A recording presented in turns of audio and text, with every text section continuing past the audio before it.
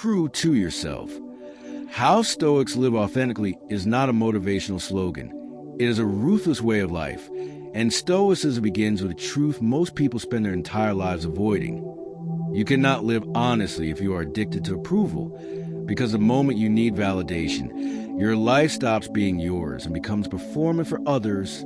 And this is why the Stoics believed authenticity is not about expressing everything you feel, but about aligning your inner values with your outward actions, even when it costs you comfort, popularity, or safety.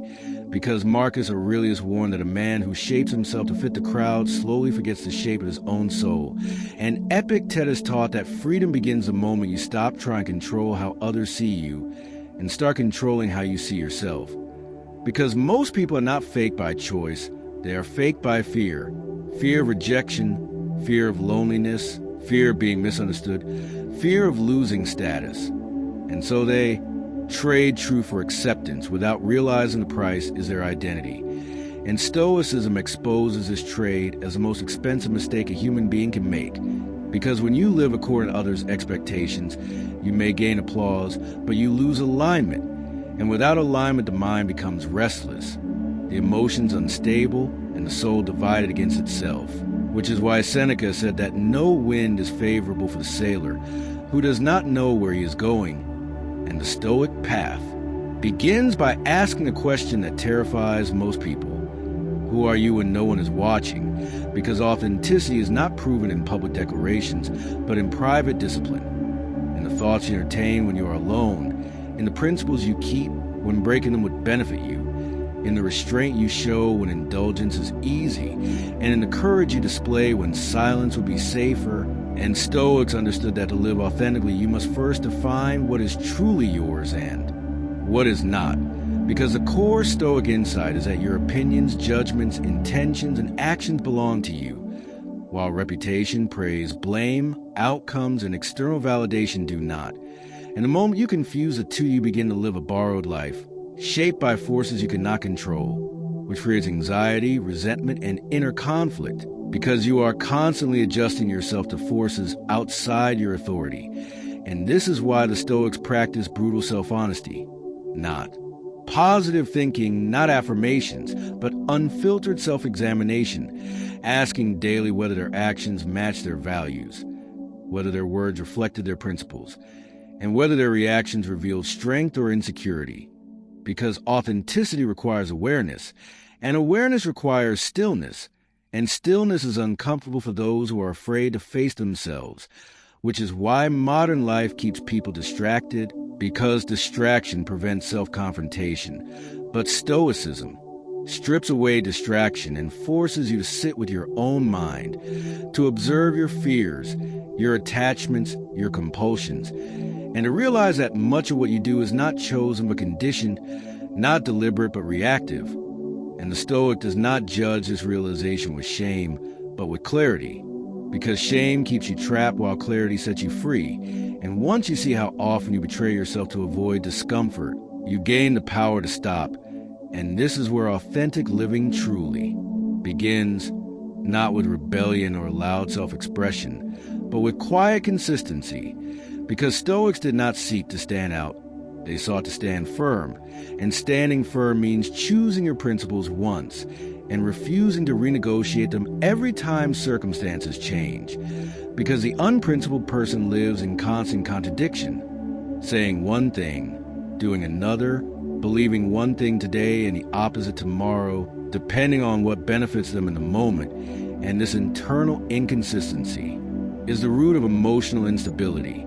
Because when your actions violate your values, your mind protests through anxiety, guilt, and self-contempt, and no amount of success can silence that protest, which is why Stoics define happiness not as pleasure, but as harmony between reason and action. Because when you live in alignment, even hardship feels meaningful, and when you live out alignment, even comfort feels empty. And Marcus Aurelius wrote that the happiness of your life depends upon the quality of your thoughts, but he did not mean optimistic thoughts. He meant honest thoughts, thoughts that reflect reality rather than fantasy, truth rather than illusion, because authenticity requires you to see the world as it is and yourself as you are, without exaggeration or denial, and this includes accepting your limitations without self-pity and your strengths without arrogance. Because Stoicism rejects both self-hatred and self-worship as forms of ego and instead promotes self-respect, rooted in effort, discipline, and integrity, because you do not earn self-respect by being admired. You earn it by being consistent.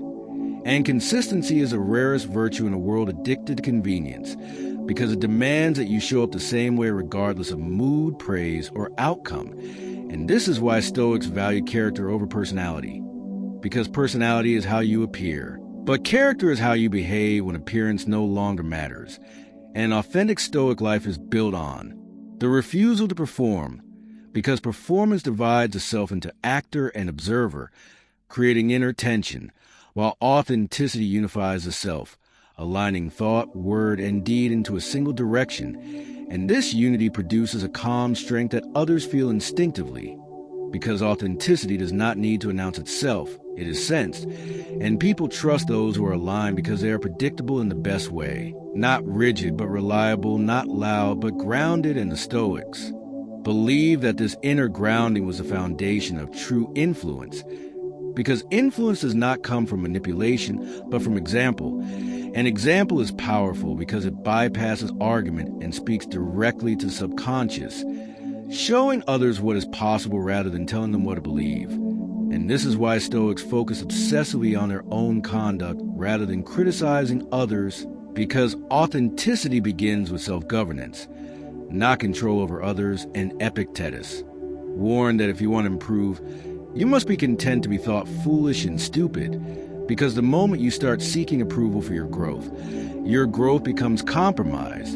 And this is perhaps the hardest Stoic lesson for modern minds, because social validation has become a currency, and people measure their worth through likes, views, praise, and recognition. But Stoicism teaches that the more you outsource your worth, the more powerless you become, because you are handing control of your emotional state to strangers. And an authentic life requires reclaiming that control, deciding that your values will not fluctuate based on applause or criticism, because both are fleeting.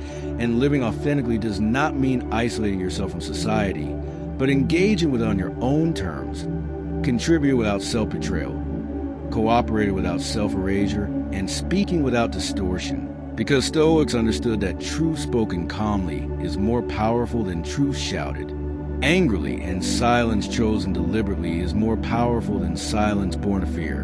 And this discernment is what separates begins where most people quit. Because once you understand authenticity intellectually, the real challenge is living it when pressure arrives. And Stoicism never pretended that living true to yourself would be easy, only that it would be necessary. Because the greatest threat to authenticity is not ignorance, but compromise. The small daily compromises people justify to avoid discomfort, conflict, or loss. And Stoics knew that character is not destroyed in one dramatic betrayal, but eroded through thousands of tiny concessions, each one seemingly harmless, each one quietly pulling you further from who you know you should be, until one day you wake up successful, surrounded, admired, yet deeply disconnected from yourself. And this is why Marcus Aurelius constantly reminded himself not to drift, not to soften, not to forget what kind of man he chose to be. Because power, praise, comfort, and routine all have a numbing effect on conscience. And the Stoic response was vigilance, a disciplined awareness of one's own inner state. Because authenticity requires maintenance the way strength requires training. And without daily reflection, you slowly become what the world demands instead of what your values require.